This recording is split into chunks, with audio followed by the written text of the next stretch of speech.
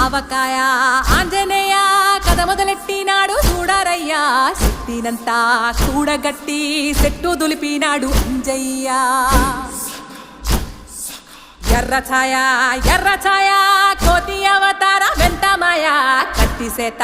పట్టకుండా కాయ కోసినాడు కపిలయ్య